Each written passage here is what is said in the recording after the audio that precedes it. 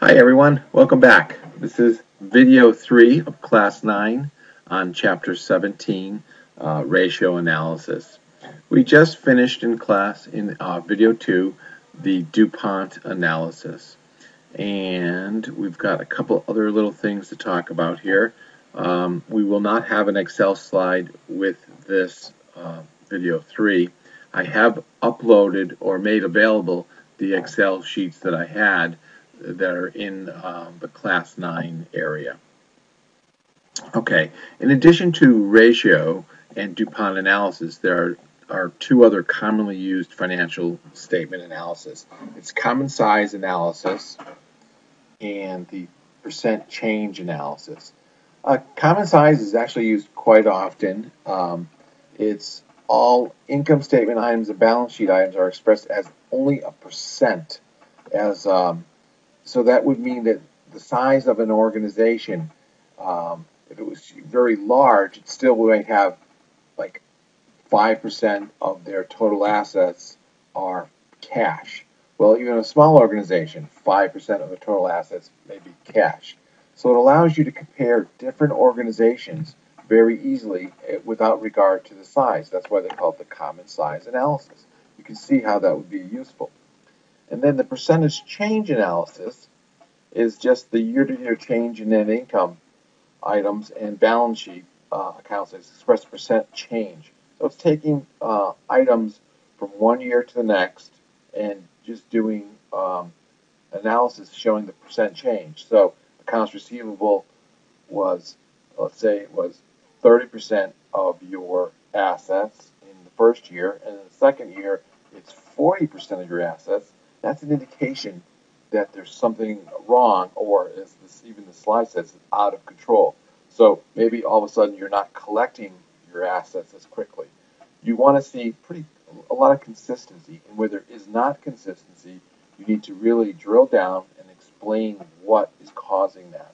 And it could be very legitimate. It could be lots of reasons. It could be maybe your fixed assets, your property equipment went up dramatically because you just invested in a new building. So your percent will be much bigger than it was before, and you just have to explain that. It makes you, both these techniques force you to analyze what's going on and then use that analysis to explain to your board or investors or lenders. Okay.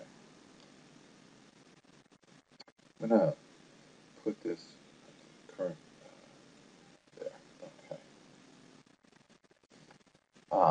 Operating indicator analysis.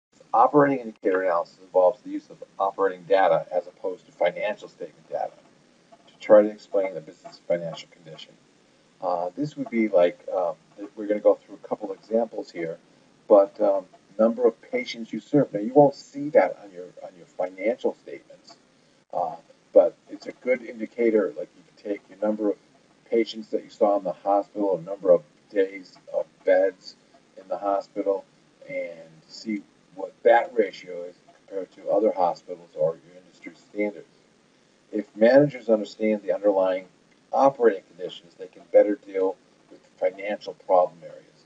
So if all of a sudden your number of beds, your utilization of your beds is way down, you don't have as many customers, and that's an obvious one. But there are a lot of different kind of nuances to things that you can do, like number of lab tests, and you can drill down to different areas, number of prescriptions filled, average price per prescription. So you get a lot of different ratios and operating indicators that will help you. So here are there's two examples that are going to present, and let's look at them. Okay, net price per discharge. So this is in a hospital. This is a very common indicator. It's the net inpatient revenue. So that's your revenue that the hospital has, divided by the total discharges, so the number of patients they've had that have been discharged. And so you can see your average revenue per patient or per discharge of $5,128. And because there are industry averages, you can see right away the industry average is is higher than yours. Now, how can you interpret this? Well, on the surface, you can't just say, oh, the industry, we're not doing as good as the industry average. There could be some reasons why yours is lower. Um, Maybe you get people turn over quicker. You get people in and out of the hospital faster, so their stay is shorter, which would mean that there's less dollar revenue per discharge. But you could have many, many more discharges. So you got to be careful with how you understand and interpret the data between different organizations. Occupancy percent rate. Well, inpatient days, how many days were there people staying in your hospital divided by the number of staffed beds times 365. So that gives you your total I guess that would be your capacity, and then the number of people you had in there, it would be how many what percent of your capacity you use. And you can see in this example they used 57.9%. The industry average is 44.9%. So you're filling your hospital higher or more than the industry average. And again, you got to look at how you want to interpret that. There could be a lot of different reasons why you're filling your beds more. It could be the population in your area. It could have been who knows? It could have been terrible flu season. There's all different kinds of reasons. So you just got to be able to understand, and it's why it's good to see it year over year, so you can understand your differences, and then understand your differences to the industry average, and then to others, um, competitors, because this information is available. Generally, you can get this information. Limitations of financial performance analysis. Okay, as you probably suspect, comparison with industry averages is difficult if the business operates many different divisions.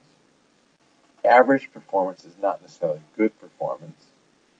That's not saying that average is not good, but if the whole industry is doing poorly and you're right in the average of that, in the middle of that, I know misery loves company, but you'd rather be much better and then outperforming. Seasonal factors can distort ratios. Um, Depending again, like flu clinics, like we talked about, you can have much more business at certain times of the year, and inflation effects can distort your financial statement data. If you're looking at like the average cost of stay in a hospital has gone up tremendously, and you're just trying to look at your average discharge over year over year over year. If there's been a lot of inflation, it can distort your averages. Okay, we'll talk about a few more limitations. Different operating and accounting practices can distort comparisons. Uh, Between different organizations, sometimes organizations have some flexibility on the kind of accounting standards they're going to pick. A great example of that is valuation of inventory, whether you want to use the FIFO or LIFO, which is first in, first out, or last in, first out. Um, it has an impact on your cost of goods if you have inventory, a lot of big inventory.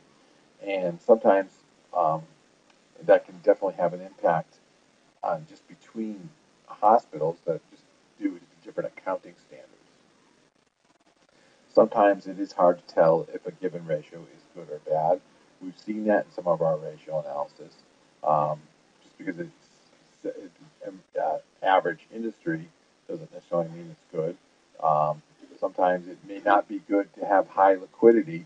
It could be you not investing enough of your money into your business. So it's all different kinds of things.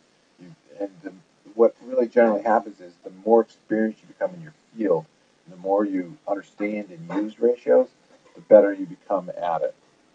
It is often difficult to tell whether a business is on balance in a strong or weak financial position. Um, Again, this has there's certain things. Don't forget, information is historical and things change very rapidly. So you've got to be understanding what the ratio trends are, and there's a lot of other factors. So just got to be careful when you look at how strong or financially weak position is. If it's weak, if they've got a great turnaround plan, it still could be a very good investment. Okay, next we're going to talk about the economic value added. Now, the book goes into this a lot. This is a very complex, very difficult to calculate ratio or analysis. I think for our purposes, all we want to do is have a very general understanding of it, and we'll just talk about a few different things on it. Okay, so the economic value added focuses on the ability of the business to cover all costs, including economic return on capital. Return on capital can be your return on your equity and your return on your debt. So this measures this, and it's a very complex formula to calculate, and it's actually calculated differently in a lot of different places. It is often used to measure managerial performance, even in a not-for-profit business. Now, we've talked about this concept in the course several times. Should a non-for-profit manager be required to generate economic returns?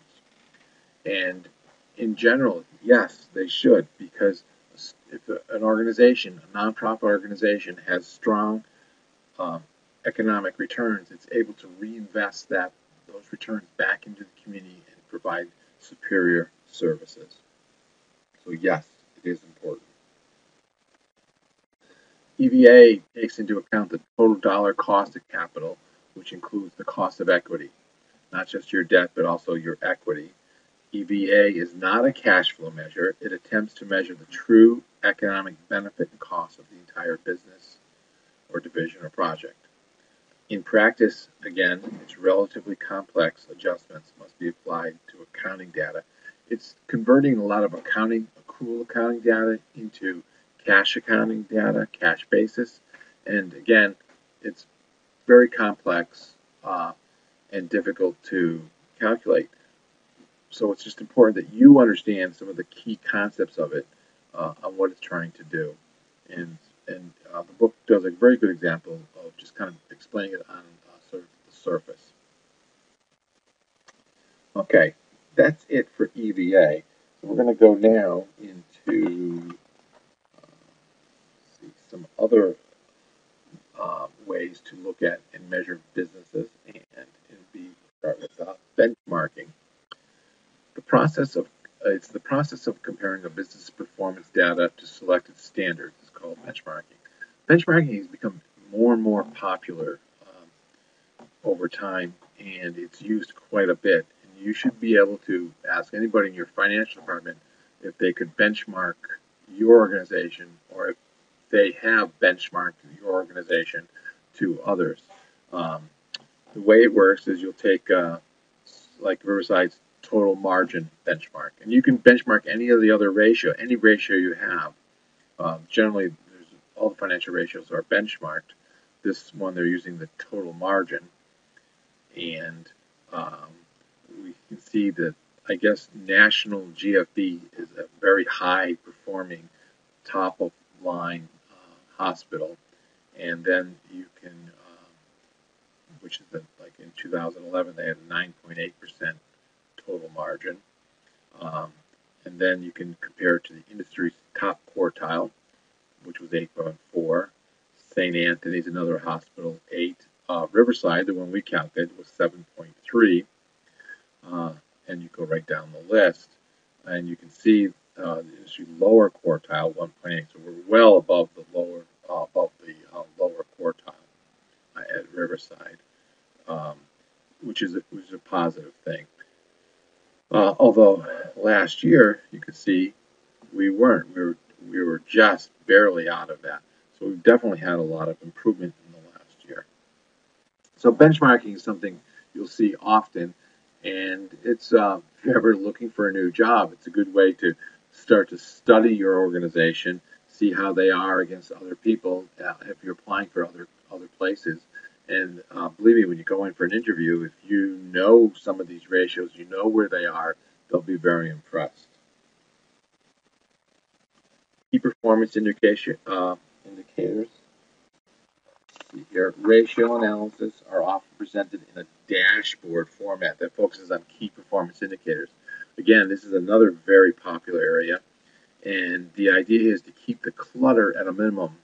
A lot of new accounting systems or EMRs or EHRs will have dashboards on them, which will give managers and users just a really quick snapshot picture of what's happening operational that day. Um, or on the financial packages, it'll show you what your day's cash on hand, what you have in accounts payable. It's a real quick indicator just to give you a snapshot picture of what's going on in your business that day.